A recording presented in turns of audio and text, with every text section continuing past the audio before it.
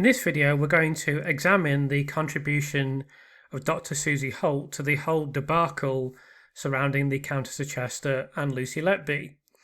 Dr. Holt was one of the paediatricians at the Countess of Chester Hospital during the period 2015 to 2016. In this video, we're going to examine her involvement in a few key incidents related to the referral of the spike in deaths to Cheshire Police, and we're going to find out what Susie Holt has said at various times in the period leading up to this. So the first time that Susie really pops up in the documents from the Thirlwell inquiry is in this letter that's written to Tony Chambers. So this is written and signed by seven I believe, of the paediatricians at the Countess of Chester Hospital. And I'll read out this entire letter and it will become evident why it has been sent. Of course, one of the signatories was Dr. Susie Holt. Dear Tony, we would like to thank you and your senior executive colleagues for meeting us on the 26th of January 2017 to discuss some very difficult issues regarding our neonatal service. We agree that it is appropriate for us to send a letter of apology to Lucy Letby. Although it was made clear that the Trust Board has drawn a line under this issue, we would be grateful for written clarification on the Board's understanding of the reason for the increased number of unexpected and unexplained deaths on the neonatal unit between June 2015 and July 2016, the actions that you and the Board now expect us paediatricians to take. Also, each of us would appreciate the opportunity to read the RCPCH invited review report and the report of the case note review undertaken by the external neonatologist prior to these reports being released publicly. Obviously, these reports are extremely sensitive, and so we assure you that they will not be disclosed outside our consultant paediatrician group. Thank you in anticipation of your help in assisting us to restore confidence in our neonatal service. Yours sincerely, the signed paediatricians. So there's a few things to mention with regard to this letter. The first thing is that, as should be evident, the emphasis is very much on them saying, look, we were only doing this because we were concerned about the number of what they describe as unexpected and unexplained deaths. We weren't unduly casting aspersions, for want of a better term, on Lucy Letby. We just noticed that she was around a lot and we were concerned about the number of deaths that had occurred. By this stage in proceedings, that is looking like a fairly tenuous argument.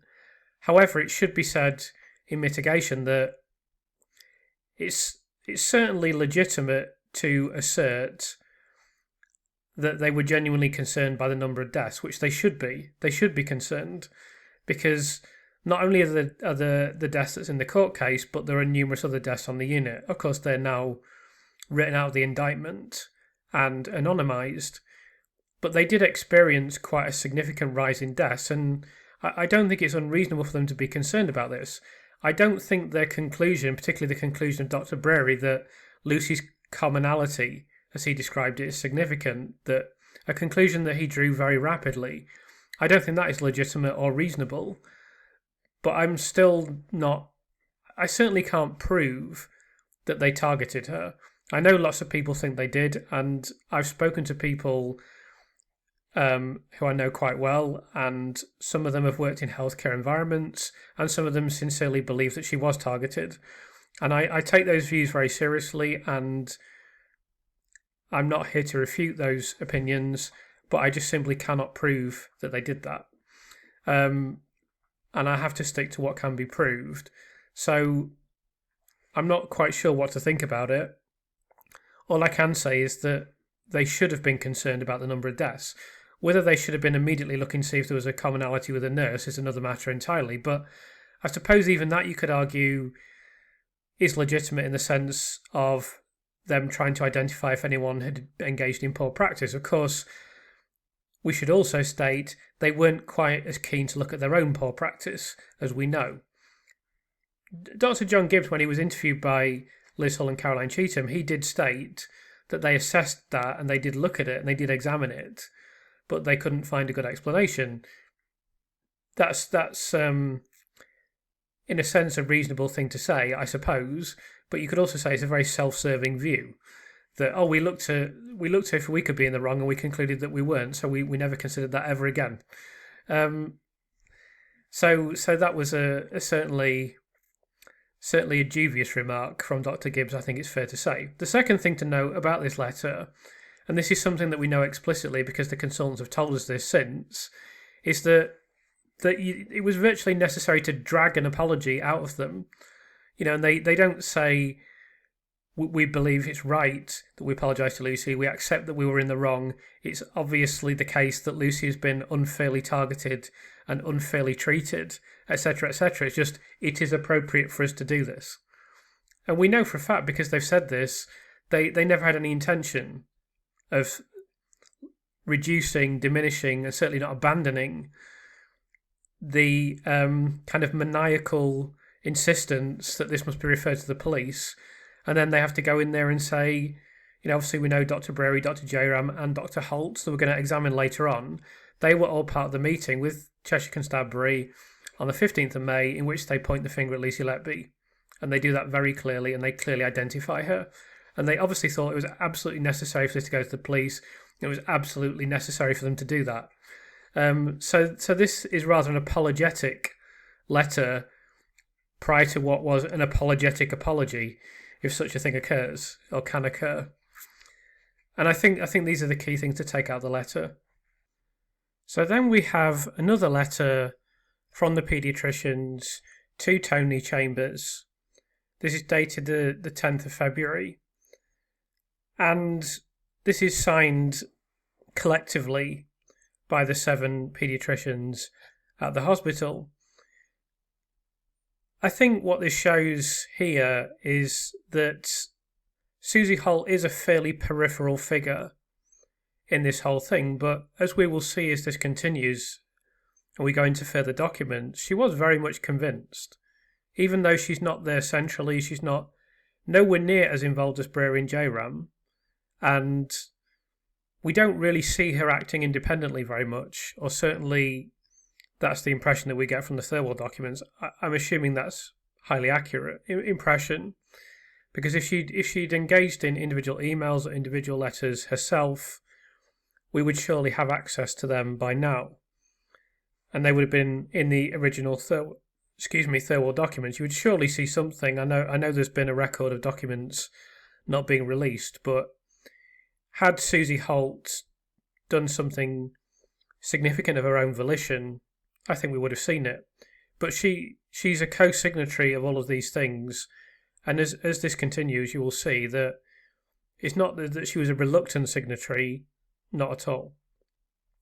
So I'll read this letter to you. Thank you for sharing with us a summary of the board's findings and recommendations following the completion of the reports of the RCPCH review and external CaseNet review at our meeting on the 26th of January 2017. We had hoped to be able to see the reports and discuss their findings with the board prior to any decisions being made. We have now been able to read the reports, which were released to us on 3rd of February 2017 and 7th of February 2017. We are respectfully requesting you to urgently ask the coroner to undertake a full investigation of all the deaths and unexpected collapses that occurred on the neonatal unit between June 2015 and July 2016. The reports have not reassured us that all these deaths and collapses are explicable by natural causes. The reasons for our request are listed below. So I'll commentate as we go through this letter. It's very clear that they are almost obsessively fixated on the idea that there is some unnatural explanation for what has occurred on this unit. We already know what happened at the meeting on the 15th of May, but we're going to look at that meeting later in this video. But Dr. Brewery and Dr. Jairam in particular, Susie Holt doesn't say very much, as we'll see. That's why I've often overlooked her role, and her role at the hospital is pretty minimal, but in this video we're going to go through everything that she's done and everything that we know about her. But certainly Dr. Brewery and Dr. Jairam were very much convinced that there should be the finger of suspicion pointed at Lucy Letby, and Susie Holt does nothing to assuage that suspicion. So we can see here on the 10th of February, they're still very much focused on Lucy Letby being guilty and Lucy Letby being a suspect figure at the hospital. They're not willing to accept reports that have been authored from very obviously authoritative organisations, but I dare say organisations that employed people that are more qualified than them. So the first point they make is the RCPCH College review undertaken in September 2016 was a service review. Although its recommendations will help us provide a better service, it did not identify a cause for the sudden increase in neonatal mortality. The findings of the report identified some areas of clinical care that could be improved, but which we know to be no worse than on any other local neonatal unit in the region.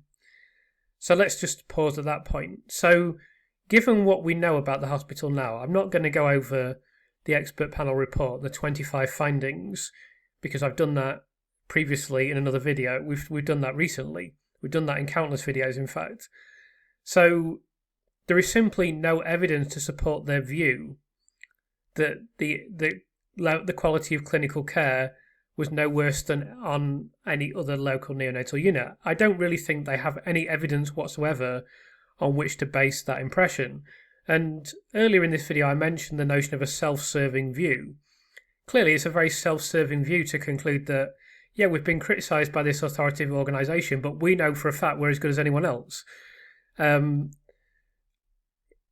You may not be the best people to assess your own competence. I think, given that what we know, we obviously don't have the same picture of information regarding other units in the region, but given what we know about the Cancer Chester Hospital, it's unbelievably unlikely that the quality of care was the same on that unit as on other units in the region. Of course, the unit was downgraded, rightly so, and it's never been upgraded since. So the first assertion here, we can say, even though we don't have all the data, so we have to be careful about making categorical statements, but based on any reasonable assessment and reasonable inference, the first statement is completely untrue. The report correctly identified that over a number of years the neonatal unit has had outcomes as good as or better than other local neonatal units based on most national audit standards. The concerns we expressed to the reviewers are not included in the report. So let's deal with the first assertion firstly. So the outcome of the unit over a number of years may be at a certain level, and what they're saying there can be absolutely true. But a decline, there can be a reason for a decline that wasn't the case in previous years. Of course, we've discussed on many times the acuity was completely different. The infants they were dealing with was different. They were there were too many infants for the amount of space. I forget how that is described precisely. I was trying to remember the precise technical term, but I can't. But yeah, they had too many infants for the number of beds. They were understaffed and underskilled for what they were dealing with. That is known to be the case. And remember, this is still a very poorly performing hospital now. There are clear issues at this hospital. I think that's undeniable based on the league tables. However, even if that wasn't the case, it's always possible for any unit, within a mass data set, we've discussed this in previous videos again, but within a mass data set, you can always get anomalies. And sometimes there can be identifiable underlying reasons for those anomalies, as indeed there are in this situation, because they had massive problems with sanitary conditions, they had all the problems with the staffing and the bed shortages, they had the acuity of the infants, and they made loads of mistakes. So you put all that together, the outcomes are a lot more explicable. Suddenly they're not unexplained. It's just that they couldn't explain them because they were the ones making the mistakes. But even if they weren't, you can still get a spike. It's still perfectly feasible to get a spike, even within a good hospital. A good hospital can just have a run of bad luck. Like, I often use sporting analogies. So a very good football team or a very good sporting team can have a series of bad results. Like Liverpool this season have been abysmal. Now, at the time that I'm speaking now, they may pick up as the season continues. But there are identifiable reasons for that. That they've sold players and brought new players in, certain players that haven't performed well, etc., etc. But sometimes you just go through a run of bad form. You just have a run of bad luck. If there's in a complex system where there are a lot of variables, there are a lot of potential results. And if you ran the NHS system through a computer simulation, you would get spikes in deaths, inevitably. And if you did it thousands of times, then millions of times, then billions of times, you would get many, many, many spikes in deaths that are similar to this neonatal unit. Now, it's clear that the consultants on the unit don't understand this. And it's absolutely right that they're concerned about it. As I said previously, they should be concerned. But the problem is their discernment regarding what has caused this spike and also their understanding of the nature of spikes is not very good, to put it mildly. Another thing they often cite is the fact that Lucy came off the unit and then the spike went down, but that was always going to happen. They were told that by Corin Slingo, firstly, and then secondly, the nature of spikes is that they don't go on forever. If it had gone on forever, with them continuing, obviously that shouldn't be expected anyway, given that they were downgraded. But let's say they were downgraded and the spike continued on a straight line on the graph. Imagine a relatively straight line on the graph. That would be thoroughly extraordinary. That is not something that could possibly be expected. So they don't understand the nature of statistics. They're not good at their jobs, firstly. They don't understand the nature of statistics. They don't understand the nature of data in complex systems. They don't understand spikes. They don't understand a lot of things. And the second thing regarding the concerns they expressed to the reviewers, they did address those concerns. They just didn't agree with the consultants. They specifically referenced the fact that the consultants expressed concerns and expressed concerns regarding a nurse. They specifically referenced that. They just interviewed Lucy and they praised her because those were their findings, because their job was to independently review the hospital. Their job was not to go to the consultants and say, what do you think is the case? We think this is the case. Okay, we'll put that in a report then. That's not the job of the reporters. There is a degree of conceit at the heart of this that is extraordinary, and I think a lot of that comes from what we've heard from people on this channel when I've interviewed them. It's the arrogance of consultants of thinking we are simply right. It's probably, obviously, I believe, definitely even worse in Dr. Evans, who just cannot accept that he's wrong, even when it's blindingly obvious that he's wrong, and who thinks he's an intellectual and thinks that he can offer an opinion on anything, and it'll have credibility immediately because he's a consultant paediatrician. He still signs things as a consultant paediatrician now, even though he hasn't even set foot in a hospital for 20 years. Getting on for 20 years, that's a slight exaggeration. He was deregistered in 2009, as far as I'm aware. He hasn't been in a hospital since 2007. It's approximately 20 years now. We'll be looking at 19 years next year. So it's not a huge exaggeration. But yeah, in my view, this is absolutely symptomatic of their arrogance of just thinking, yeah, the RCPCH have come in, we told them stuff and they haven't done what we told them to do. So now they're wrong. They're automatically wrong because they don't agree with us. We agree with the conclusion of Dr. Horden's case note review that 4 babies who died require a broader forensic review. So there's a couple of things I'll say about this. The first thing I'll say is you agree with that conclusion, but you fail to recognise that numerous infants that were born on this unit that passed away had explanations. Even Dr. Evans has found explanations for them, but obviously that's dubious for numerous reasons. But we must conclude that some of the things that Dr. Evans said about those infants may have been correct. There's an outside chance. We obviously don't know because we can't see the full circumstances of those infants because they're not available to us and they never will be available to us due to patient confidentiality. That's the first thing to say. The second thing to say is that we'll just take a quick look at those 4 infants who died that require a broader forensic review. So the 4 infants in question were children A, I, O and P. O and P being among the triplets and A being one of 2 twins. So let's go through those infants, beginning with child A. So as we know with child A, there's this issue with the mother and antiphospholipid syndrome and gestational cholestasis that was never seemingly recognised at the hospital. We also spoke to Dr. Martin Pittman on this topic, and he cited lupus in the case of child A and child B, and we also have the documents from the hospital that this was recognised at the time. So this is very significant. Then we have the post-mortem of child A, which shows a non-occluding thrombus in the liver, meaning that it was a recent thrombotic event. It seems that none of these things were noted at the hospital. There were also numerous mistakes made with catheters. Basic infusions were done incorrectly. This is just one of many instances in which the hospital engaged in suboptimal care. In the case of child I, this is a very vulnerable infant to begin with. She was born with intrauterine growth restriction, very small, born extremely premature after the rupture of membranes at Liverpool Women's Hospital. I think the consensus opinion is this infant should never have been at the Council Chester in the first place.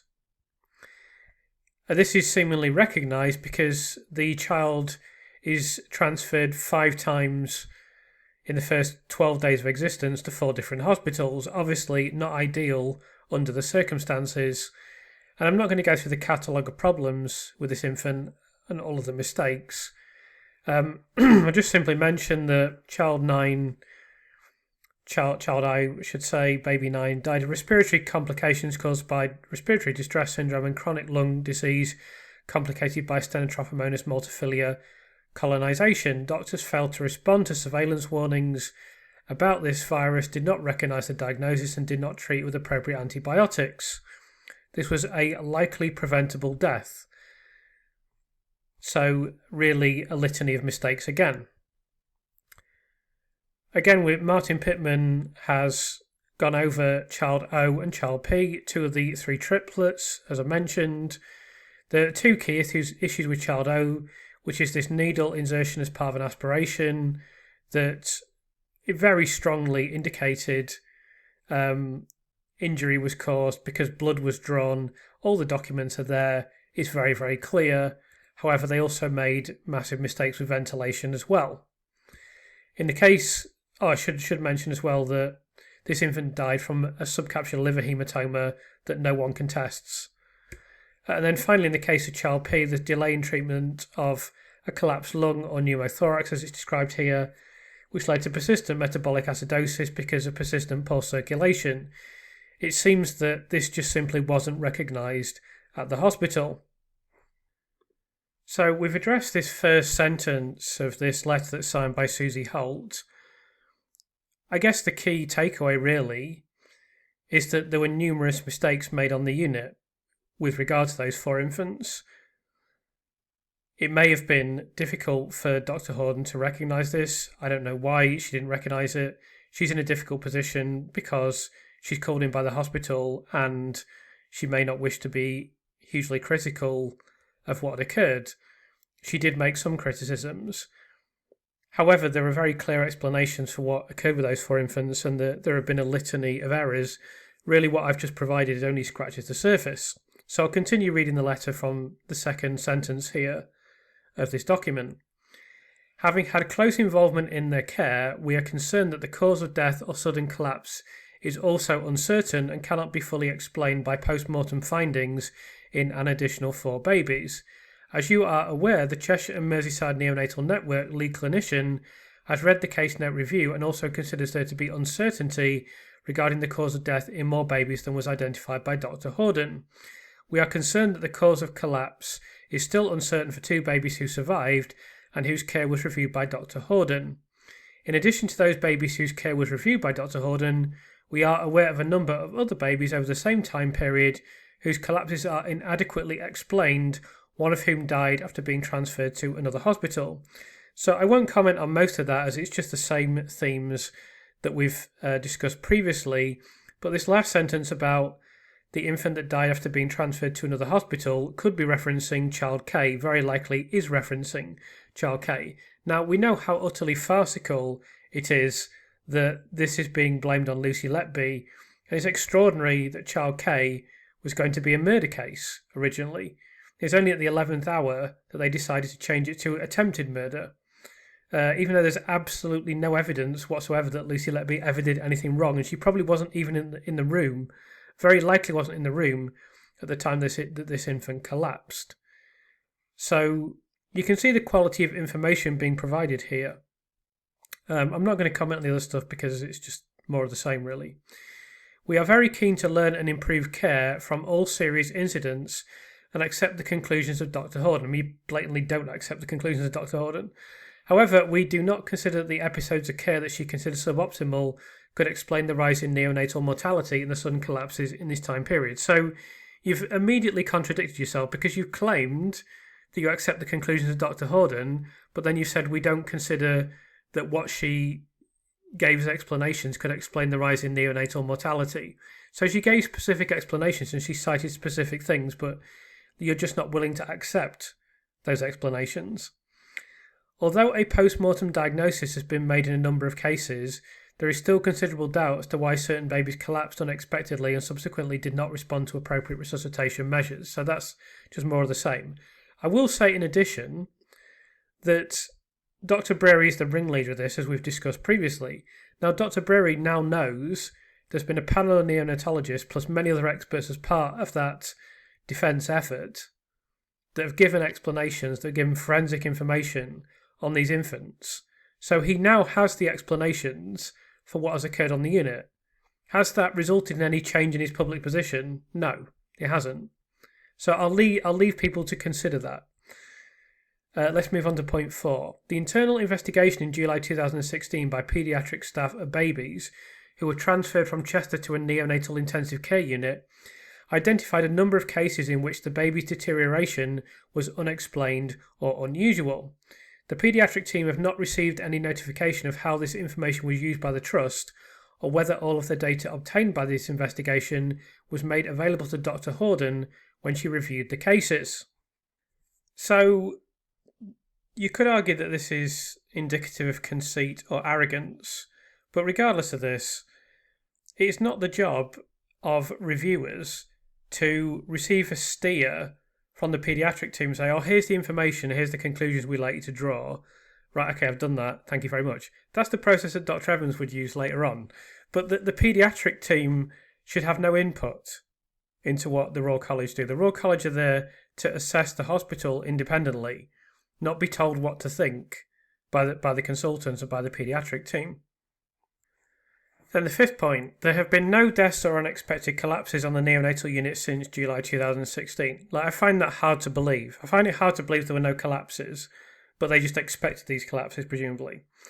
Unwell babies have been cared for, received intensive care, and in some cases transferred to other hospitals, but their clinical courses have been far more predictable and responsive to treatment than previous cases. This change cannot be solely attributed to the redesignation of the neonatal unit or any other changes in practice that have occurred since then. Some of the babies who collapsed in the 2015 and 2016 were born at greater than 32 weeks gestation, and many were not receiving intensive care at the time of their collapses. So I'll deal with that last point firstly. We've been through the document that Dr. Breary and Dr. Jairam provided to the police that was referenced in a letter that was sent by Dr. Jairam on the 10th of May 2017. So we know that essentially all of the conclusions and all the suspicions of Dr. Breary and Dr. Jairam were wrong. So they were just plainly wrong about everything that they thought to be the case. So when they're making these assertions that may appear to be superficially convincing, we know for a fact, based on the actual real-world circumstances of the infants and what has been confirmed since, that they were just undeniably incorrect. That's the first thing that I will say. The second thing is that when they're talking about all these deaths and unexpected collapses, they're essentially making a statistical argument. They're saying, we would expect this to happen, but there were way more, so it must be suspicious. Now there aren't any according to us, so therefore there must be some malfeasant explanation for that. But of course, there can be any number of explanations. As we know from these infants, it's a very nuanced and complex clinical picture that's just been missed by people on the unit. It's been picked up to some extent by the post-mortem, and that's been thrown out the window by these clinicians, and the reason seems to be they're obsessed with the guilt of Lucy Letby, and they're completely unwilling to concede that they might be in the wrong. It has been 8 months since we escalated our concerns to you, and we do not consider any further discussion within the Trust is in the best interest of affected families or neonatal staff. So essentially that's an emotive argument they're making there. Please be assured that we, as a paediatric consultant body, are making this request because patient safety is our absolute priority. We hope that a comprehensive external investigation will be in the best interest of the bereaved families and those affected by these sad events. So I'll ignore the second emotive argument there.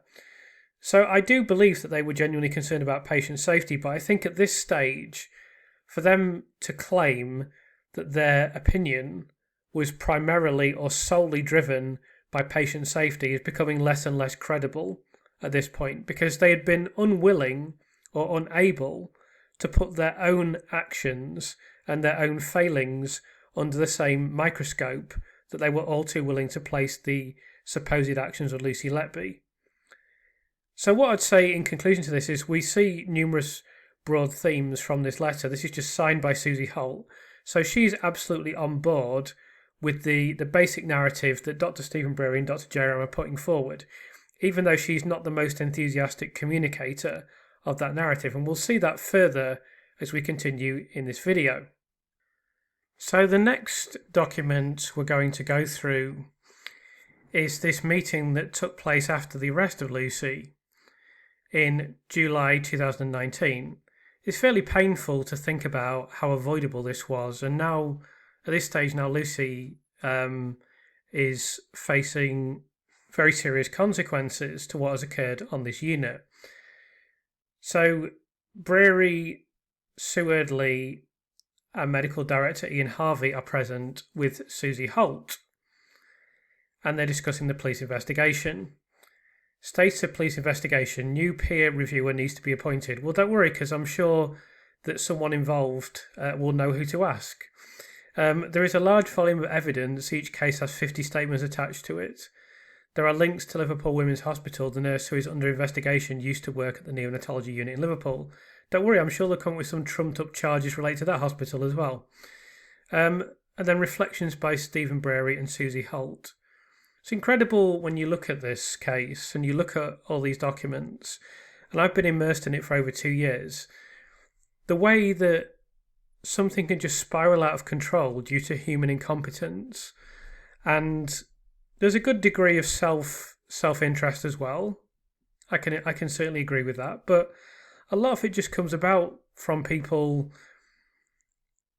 not being competent, not being able to see an alternative explanation, confirmation bias, a lack of a cognitive appreciation of cognitive biases and the way their own cognitive processes work, an inability to reason, an inability to think critically, all these systems being inept. It's just also avoidable. But yet it couldn't be avoided. But we'll go through this document now. Prior to 2015, there was a strong paediatric and neonatology unit department at the Countess of Chester Hospital, which had good results despite usual NHS pressures. The doctors on the neonatology unit became concerned after there had been 3 deaths in 1 week, though they noted this could have been a statistical blip. Stephen Breary stated that his concerns were confirmed after there had been 8 deaths by December 2015. So we won't dwell on that too much. We know that Stephen Breary became suspicious as early as June 2015, but he says here that he knew that something was definitely wrong by December 2015. So bearing in mind they're going to give evidence, Stephen Breary's going to give evidence in a court case, and he's already made his mind up here in 2019. These were reviewed externally by a neonatologist in Liverpool, and the commonality with all cases was the presence of the nurse who was present on the ward when the deaths happened. So we won't comment on that any further. Obviously, we've dealt with that in great depth previously. In June 2016, 2 triplets died. Stephen Breary raised this with Ian Harvey, medical director, and felt that Ian Harvey didn't see this as a priority. He was told firmly that a police investigation would be damaging to the trust. So I don't think that's really what Ian Harvey said. What Ian Harvey in fact said was that you haven't provided any evidence for your accusations, which are very serious. Stephen Berry added that Ian Harvey was an orthopaedic surgeon. He felt his work on acuity was inadequate, so I can't really comment on that. The MD organised an invited review of the service. Stephen Berry stated that he was happy and felt confident to accept scrutiny, though the review was mainly a service review rather than looking into the unexplained higher than average mortality rate in the neonatology unit. So I just want to reflect on this idea that Stephen Berry was happy to accept scrutiny. So the first thing to say is that they've done everything possible to avoid referring this case to the police themselves. Secondly, we know that when they did these statistical studies, they left all the consultants off the chart. Another thing to state is that we now have had an enormous amount of criticism of the doctors on the unit, and we haven't seen any change in their public position whatsoever. So when Dr. Breary here claims that he was happy and confident to accept scrutiny, I would suggest that actions and comments made elsewhere are not consistent with this. And then Susie Holt adds that the invited review was an opportunity to share her level of concern about the deaths of babies on the unit. So all they really seem concerned about is we wanted these reviews to conclude that Lucy was at fault, and that's what we expressed to reviewers, and we expect them to just do what we told them to do, and then they didn't. So it's really mirroring what we've heard previously in previous documents.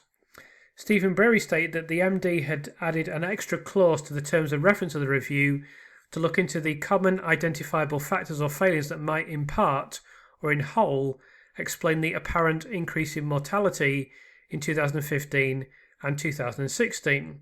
Stephen Berry stated that staffing issues had not been reviewed. So again, this is untrue. When the Royal College looked at the Council of Chester, they attempted to do this as dispassionately as possible. They acknowledged the staffing issue that was raised, but they did not come to the conclusion that it was significant. It was specifically referenced in the report, although you can't see this online now because it's been redacted.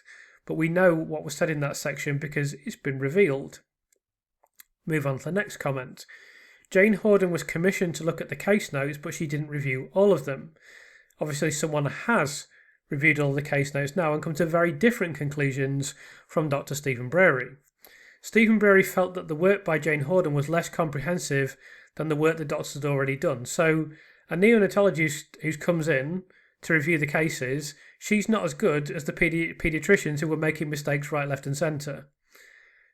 Again, you could argue a very self-serving view.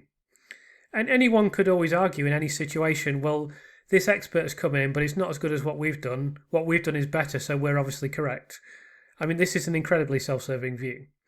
Stephen Berry felt that the reviewers wanted to focus on BAPM standards. So an important point here is that we know for a fact this unit never met the BAPM standards, so that should be considered significant.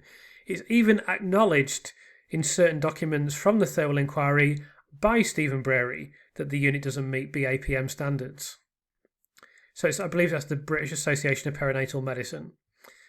Stephen Berry stated that the information that the doctors shared with the invited review team was the same information which was shared with the Child Death Overview Panel, and this is what led to the police investigation starting 2 weeks later.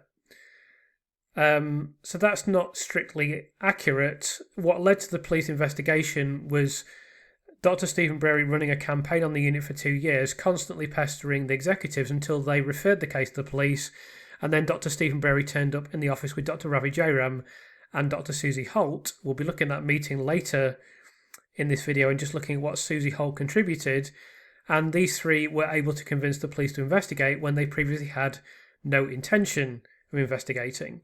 That is what led to the police investigation. We know that for a fact.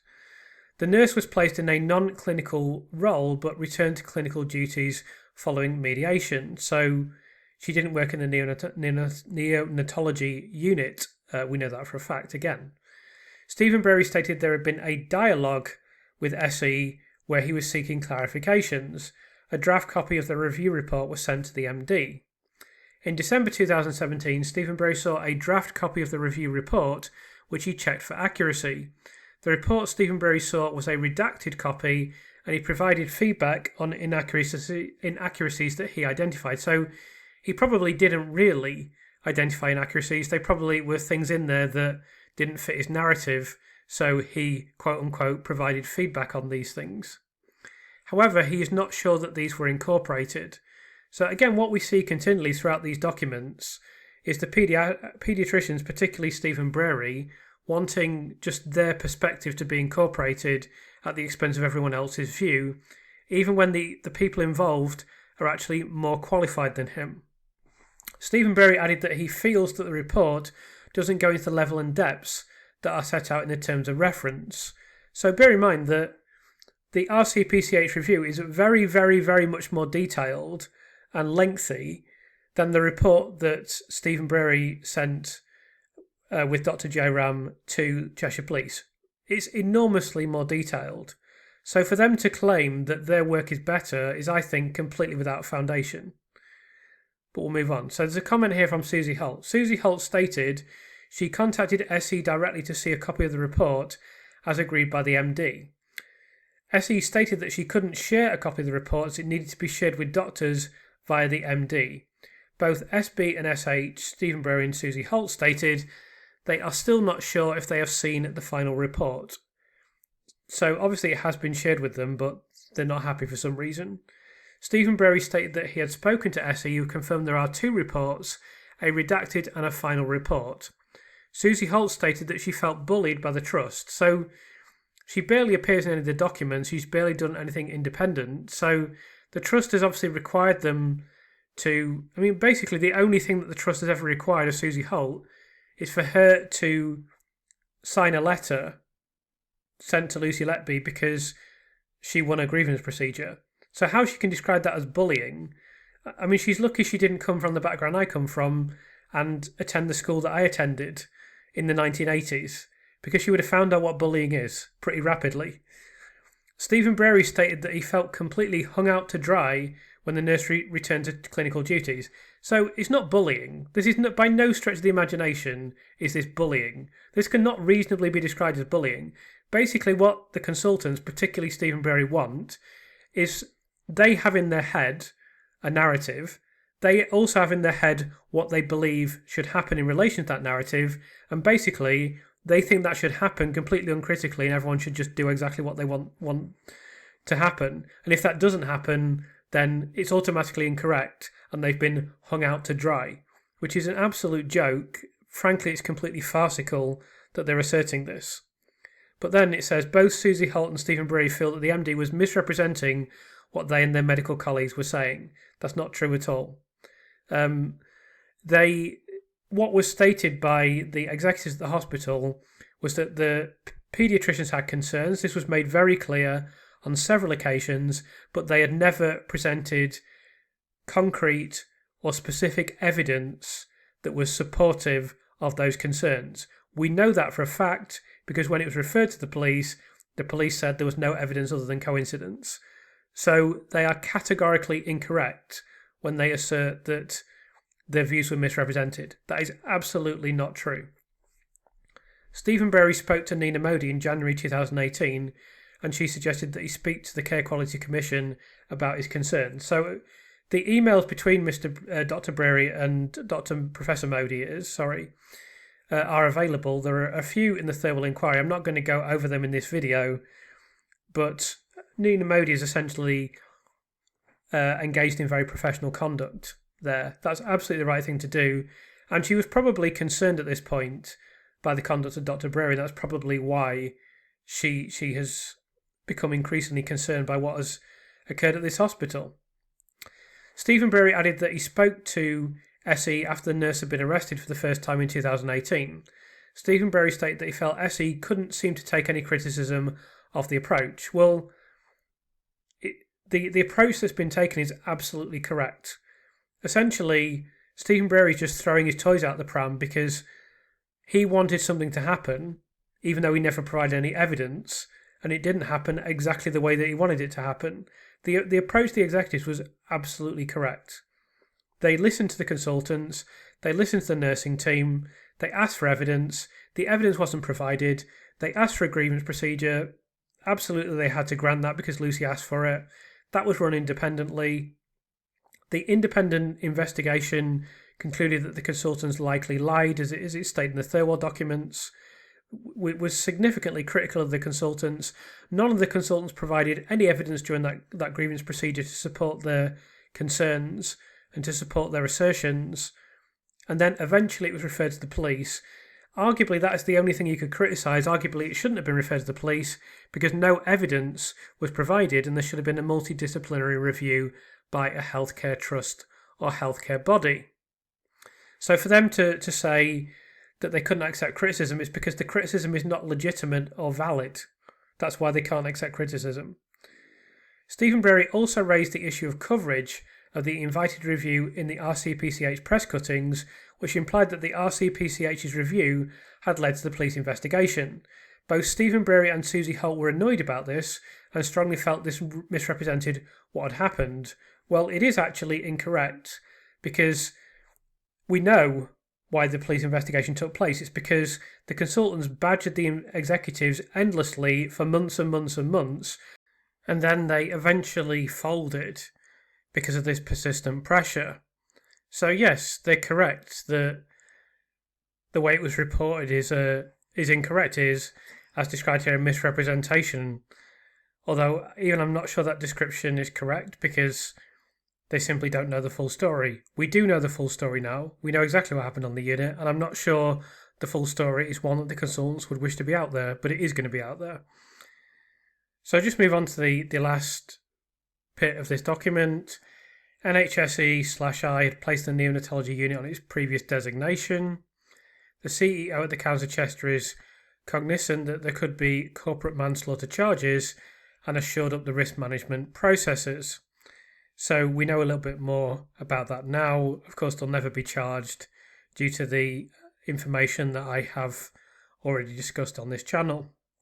So then, eventually, after much grinding of teeth, the consultants managed to write this rather pathetic letter to Lucy that I'll just read out. Susie Holt's one of the signatories of this letter. Dear Lucy, the increased mortality on the neonatal unit and subsequent reviews and redesignation of the neonatal unit has been a very stressful time for all staff and parents. We understand that it has been an exceptionally stressful time for you. We would like to apologise for any inappropriate comments that may have been made during this difficult period. As you will be aware, emotions have run high. We are very sorry for the stress and upset that you have experienced in the last year.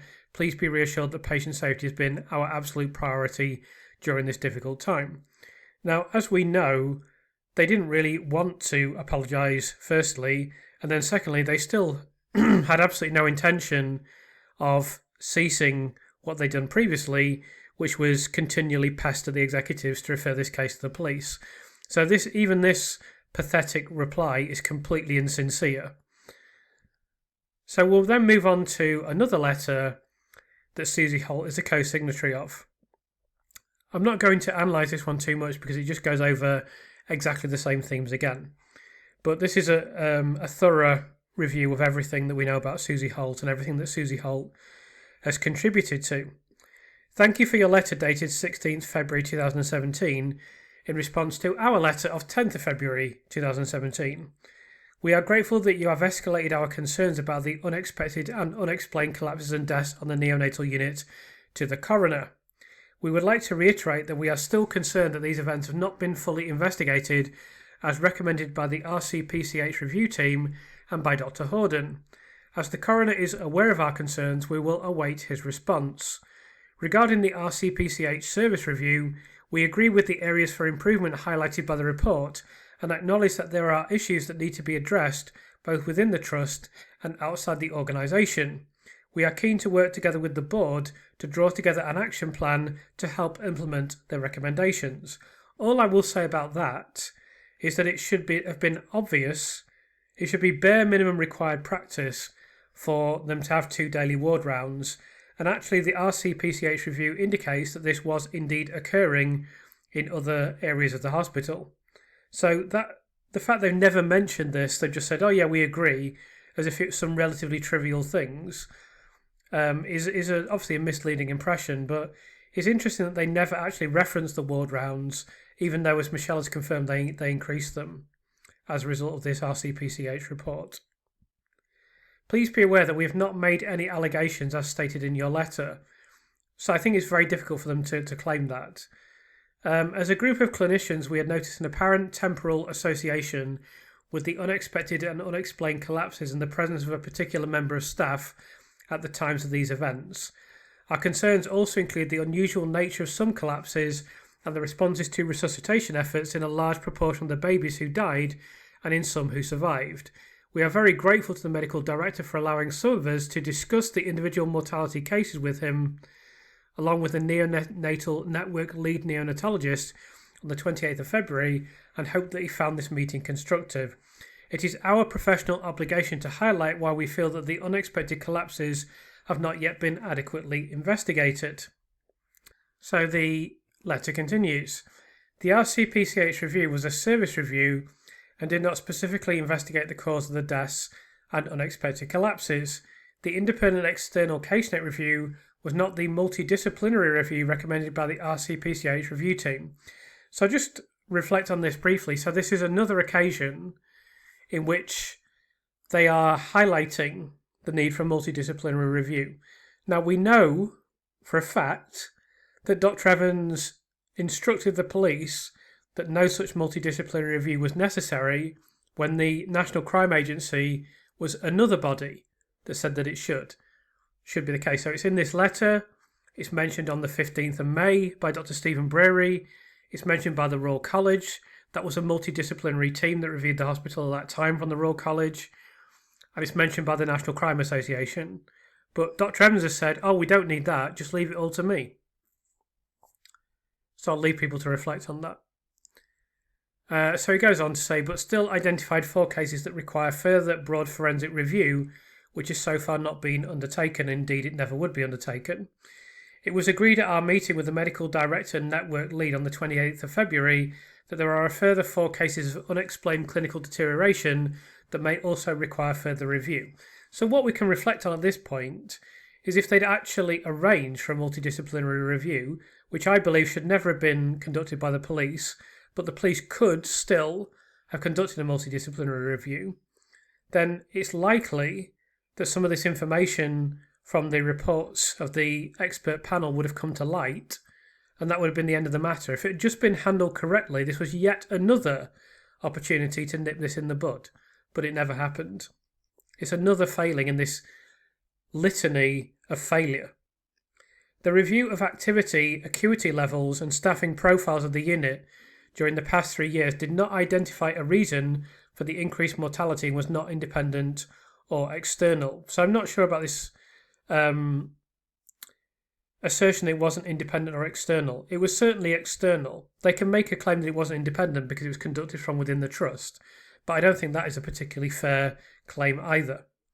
Thank you for sharing the additional comments and observations made by the RCPCH reviewers in the original report. Some of the comments contain factual inaccuracies which we would be happy to discuss with you at any time. We have written and sent a letter of apology to Lucy Letby. Thank you again for your support. So when they say factual inaccuracies, let's just assume for the sake of argument that they disagree with things that are critical of practice on the unit among the paediatric team, and they don't agree that... I don't know whether they would have specifically highlighted the praise that Lucy received, but we know that when they arrived in the police station on the 15th of May, they identified Lucy as being a suspect. So the idea that they haven't made allegations, they basically stood in the police station and made direct allegations. So for them to make that claim is particularly poorly founded, I would say. So then, this is a letter from Susie Holt, sent on the 19th of April 2017, so just before this case was finally referred to the police.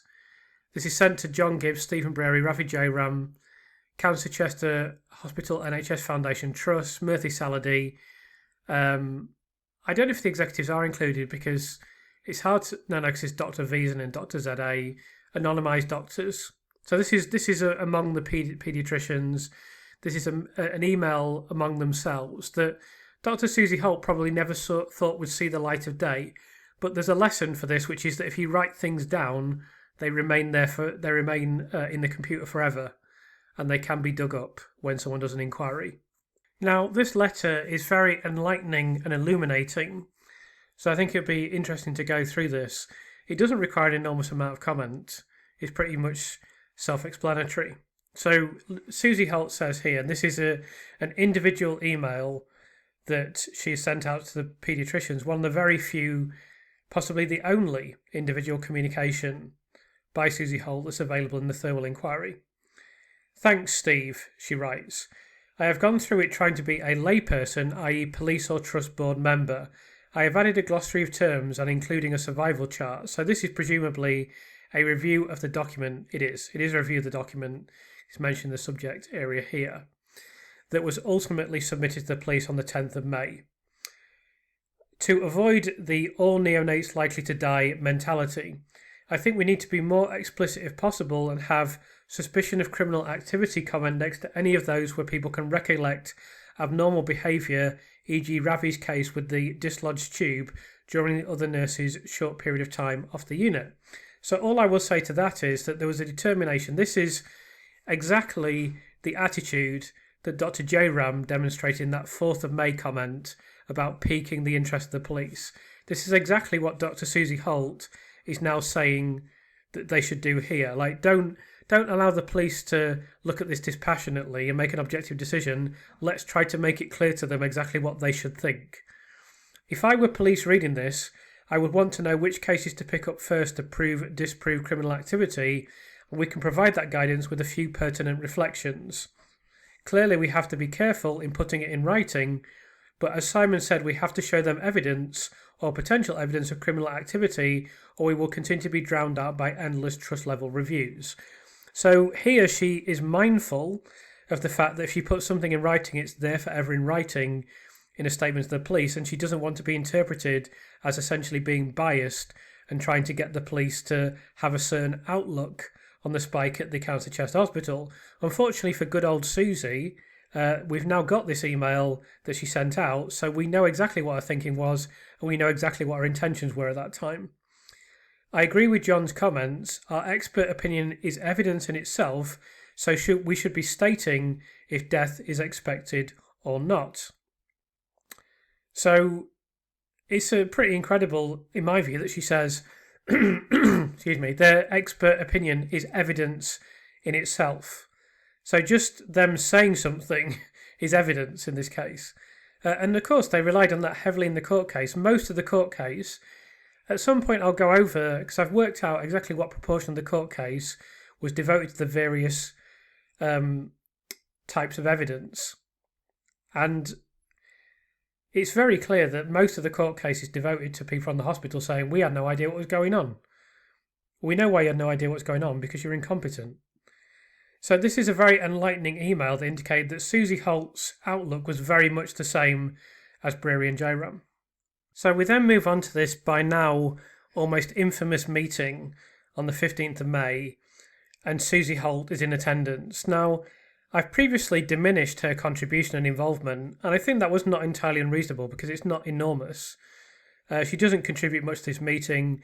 She hasn't really contributed an enormous amount to the so-called concerns of the paediatricians based on what is available through Thirlwell documents. But I did want to go through this because a few people have said you should mention Dr. Susie Holt was present, so I've done that now. And by the end of this video, we're getting to the end of her contribution that's in the Thirlwell documents, but there's one last thing to reveal and discuss. So she doesn't say a great deal in this meeting. Ravi Jairam makes this comment about whistleblowing, and Susie Holt says guidance is available online from the BMA and the GMC. Then she's talking about case of baby twins. One twin was on CPAP, but baby not needing any respiratory support was the one that collapsed. So that infant is not in the indictment, so we don't know what infant that is. We don't know what the clinical picture of that infant is, but it wasn't sufficient, according to the esteemed opinion of Dr. Evans, to be in the court case. And she says, from clinical perspective, neither were anticipated to collapse, but clinically the one on respiratory support was more vulnerable. So even in this infant that wasn't in the indictment, they couldn't recognise the clinical signs that indicated that it should be, even according to the highly regarded Dr. Evans, it was not deemed a suspicious death.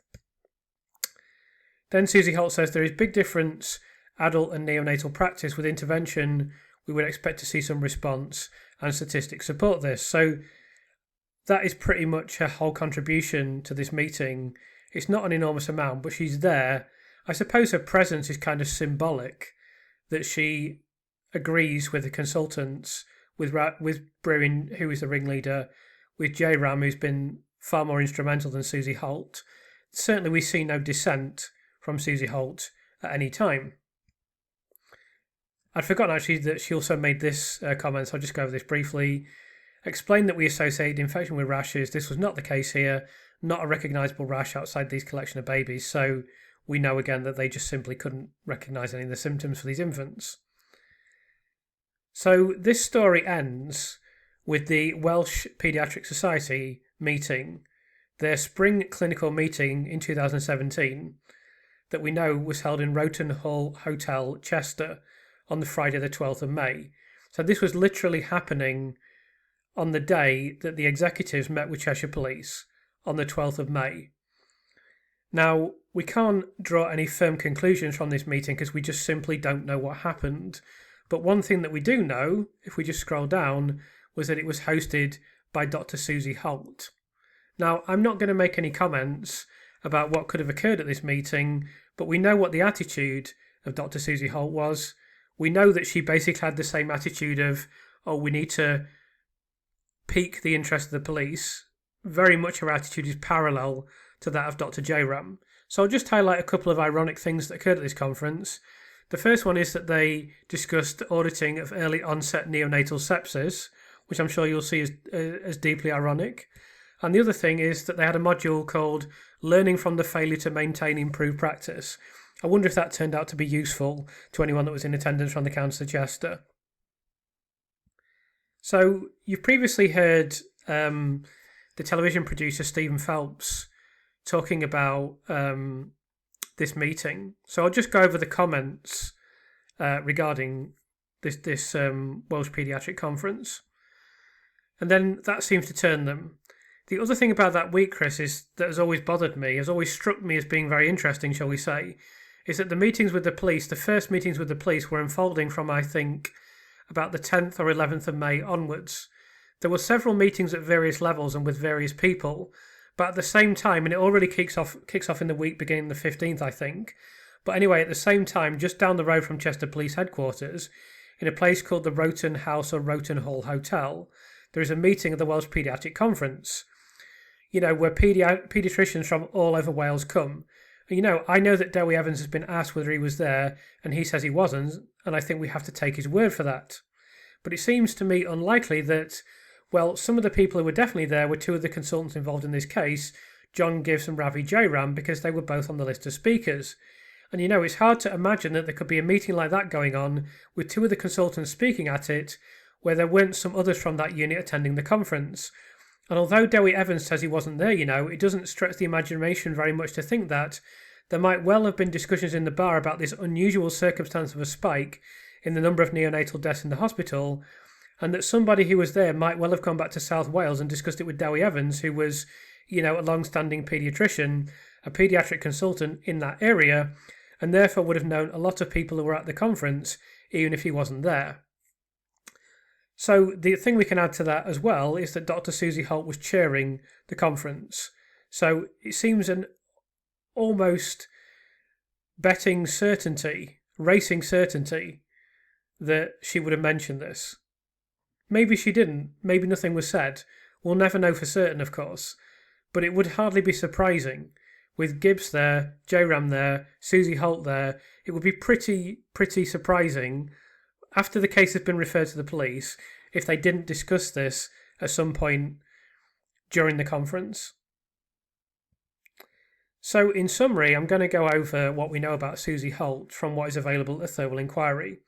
The first thing is that she was very much on board with everything that Brewery and J-Ram promoted. She seemed desperate to defend the level of care at the County Chester Hospital at all costs, which is perhaps somewhat understandable, but it's clear from Thirlwell that this reaches ridiculous proportions. She is bizarrely critical of outside agencies and appears steadfast in her refusal to accept anything other than the perspective of the consultants, even questioning the legitimacy of the Royal College, the coroners, and the independent grievance procedure. She had pretty much made up her mind that Lucy Letby was guilty before the case was referred to the police. She was another consultant who was either too gutless to contact the police or she didn't know how to use a telephone. However, she has no problem with criticising the executives for not uncritically accepting what the consultants were saying, even though we know for a fact that they never provided any evidence. So that is pretty much everything that we can glean from the Thirlwell inquiry about Susie Holt. It's possible that I could conceivably have missed some reference to her somewhere, because it's very difficult to search the Thirlwell inquiry website, but I can't find anything on that site and I can't find anything on Jabe's site. So I assume we've got everything about Susie Holt contained in this video. Certainly we've got everything of significance where she's named in the title of a document or in the description of a document. There may be some vague reference to her elsewhere. As far as I can see, there isn't, but there's a possibility that there could be. The one last thing we haven't looked at is her contribution to the Thirlwell inquiry, which we will have a look at in the future. I've not ever sat down and gone through any of the consultants' comments at Thirlwell, or indeed any of the participants' contributions in whole. I've obviously looked at various statements that were made in isolation as part of videos, but this is another thing that we can do. I mean, I made a list of, kind of topics that I could address where there are going to be numerous videos or could be numerous videos. And there were at least a dozen, maybe 12 to 15. And collectively, that's hundreds, maybe even thousands of videos. So I'll never run out of material. And I guess at some point I'll look at Thirlwell and I'll look at what Susie Holt had to say when she was interviewed, and I'll look at what others had to say. But that concludes this video on Dr. Susie Holt. We now know what is said about her in the Thirlwell inquiry. I guess the most important thing is this email where she doesn't use the phrase pique the interest of the police, but it's very much along those lines. She says, we've got to be careful what we write down though. Well, we've seen that now, Susie, so that's on the record forever. I'm not going to make any further comment other than what I did in the summary. I think she's not terribly important to the story of Lucy Letby. It's really for other people who are commenting to let me know what you think about her conduct and what conclusions you would draw from this. I think the summary I've made is fair, and I don't have any more to say other than that. She was part of a collective effort to have Lucy thrown off the unit. She indicated no intention to be critical of that effort, and she was somewhat supportive of that effort. And I've made my criticism of her, and it's significant that she was hosting this paediatric conference. That's the other significant thing, the email and the hosting of this conference.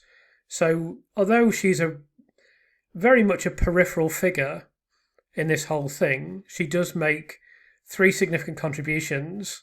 She's there on the 15th of May meeting. She's here on the 12th of May at the paediatric conference. And we know she was very much in line with the pique the police interest narrative. So yeah, I'll be interested to see what you have to say about this. And I'll look forward to reading your comments as always.